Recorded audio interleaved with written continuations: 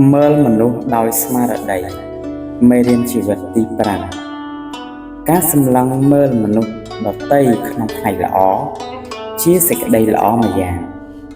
ជាការឲ្យកិត្តិយសដល់គេនិងជាការហ្វឹកហាត់ទូន្មានខ្លួនឲ្យជាមនុស្សចិត្តទូលាយមិនឃើញតែពីខ្លួនឯងជាធម្មតាមនុស្សដោយច្រើនតែងតែសម្លឹងមើលខ្លួនឯងក្នុងផ្នែកល្អហើយមើលអ្នកដទៃក្នុងផ្នែកអាក្រក់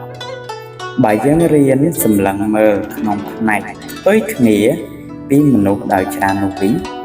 ជាការប្រសើរណាស់នោះគឺព្យាយាមចាប់កំហុសរបស់ខ្លួនឯងហើយសម្លឹងមើលអ្នកដទៃក្នុងផ្នែកល្អដែលល្មមមិនឲ្យឃើញបានទាំងនេះដើម្បីកាត់បន្ថយនៅកំហុសរបស់ខ្លួនផងនិងដើម្បីសេចក្តីសប្បាយចិត្តក្នុងជីវិតរស់នៅផង